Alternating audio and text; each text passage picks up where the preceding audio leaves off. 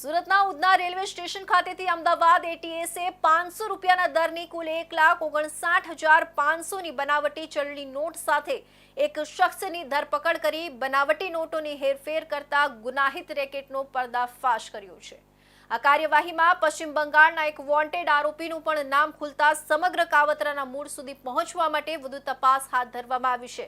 હાલ આરોપીને સુરત કોર્ટમાં રજૂ કરી 10 દિવસના રિમાન્ડની માંગ કરાઈ છે। અમદાવાદ એટીએસને મળેલી બાતમી અનુસાર સુરતના માંકણા ગામ ખાતે રહેતા સત્યનારાયણ દેવીલાલ તેલી નામનો એક શખ્સ પશ્ચિમ બંગાળ ખાતેથી 500 રૂપિયાના દરની મોટી માત્રામાં બનાવટી ચલણી નોટ લાવી રહ્યો હતો। તેનો મુખ્ય ઈરાદો આ નકલી નોટોને બજારમાં અસલી નોટો તરીકે ચલણમાં ફરતી કરવાનો હતો।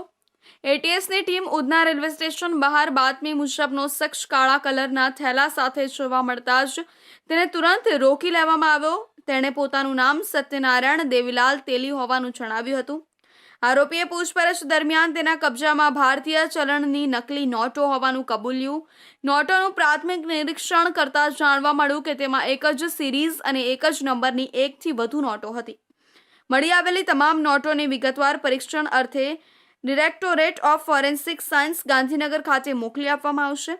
આરોપીની વધુ પૂછપરછ હાથ ધરાતા તેણે જણાવ્યું કે પોતે આ નકલી ચલણી નોટો તાહિર ઉર્ફે કાલી રૈજુદ્દીન શેખ પાસેથી ખરીદી હતી। તેણે તાહિર ઉર્ફે કાલીને 59,000 અસલી ચલણી નોટો આપી હતી અને તેના બદલામાં 1,59,500ની નકલી ચલણી નોટો મેળવી હતી।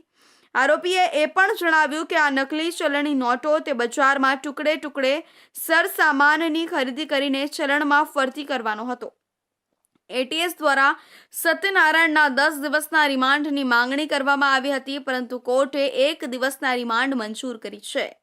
एटीएस की टीम को एक बातमी हकीकत मिली थी कि यहाँ पे जो एक एक्यूज है सत्यनारायण देवीलाल तेली, वो भी पश्चिम बंगाल से भारत की जो डुप्लीकेट नोट है वो लेके ये उधना रेलवे स्टेशन पर आने वाला है।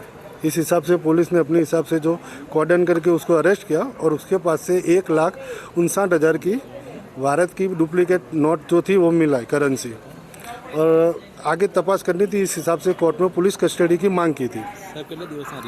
टोटल पुलिस कस्टडी की मांग तो 10 दिनों की थी, लेकिन उस हिसाब से जो भी मुद्दे थे इसमें एक मुद्दा गंभीर था कि जो भी ये जो ओरिजिनल पैसे लिए पश्चिम बंगाल के जो आरोपी को दिए वो जो पैसों का कोई टेररिस्ट एक्टिविटी में कि ऐसी कुछ जगह पर इस्तेमाल हुआ कि नहीं, वो देखने के लिए पुलिस को 1 दिन का समय कोर्ट द्वारा दिया गया है। આ કેસમાં મુખ્ય તપાસનો મુદ્દો એ હતો કે શું આ નકલી નોટનો ઉપયોગ ટેરરિસ્ટ ફંડિંગ તરીકે થયો છે કે નહીં, અથવા કોઈ અન્ય ગેરકાયદેસર પ્રવૃત્તિમાં તેનો ઉપયોગ થયો છે।